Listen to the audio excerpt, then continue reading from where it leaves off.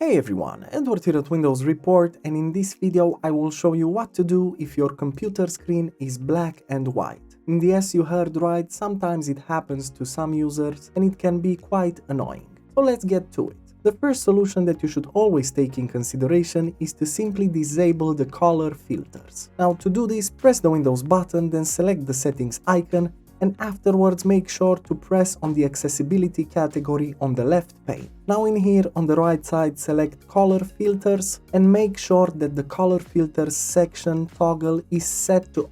At the same time, if you don't want to access this menu, you can also activate the keyboard shortcut for the color filters. So if you turn it on and if you press the Windows key plus Ctrl plus C at the same time, you will see that you can turn off and on the color filters. Now for a last resort, simply restart your computer and check if the problem still persists. Moving on, another useful solution is to disable the high contrast settings. To do this, press the Windows button, then select the settings icon, and afterwards click on the accessibility category on the left pane, and then on the right side select contrast themes. And lastly in here in the contrast themes section, make sure to click the drop down menu and ensure that the none option is selected. You can now click on apply and then close this window. Of course, restart your computer and check if the issue is gone. Next, another great solution is to update the display drivers. To do this, right-click the Windows button, then select Device Manager from the list of options. Now in here, in the Device Manager window, make sure to expand Display Adapters, then right-click on the problematic device and select the Update Driver option.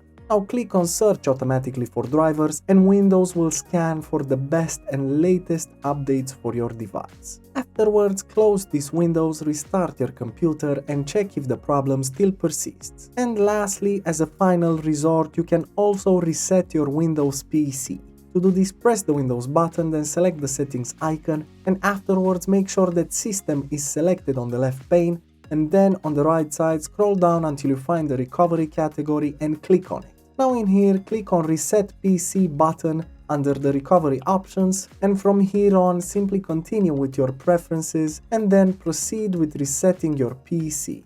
Afterwards you can check if the problem still persists, but it shouldn't. Another great method is to use DriverFix, which is a free updater application for Windows. So basically DriverFix scans your whole system and then searches the web for the most recent drivers. And from there on you can choose to update the drivers you need manually or all at once if you upgrade to the Pro version. So make sure to check it out and get it for free by accessing the link in the description below. And that's it. Super simple, isn't it? Of course, if you enjoyed this video, hit the like button and subscribe to our channel. Thank you.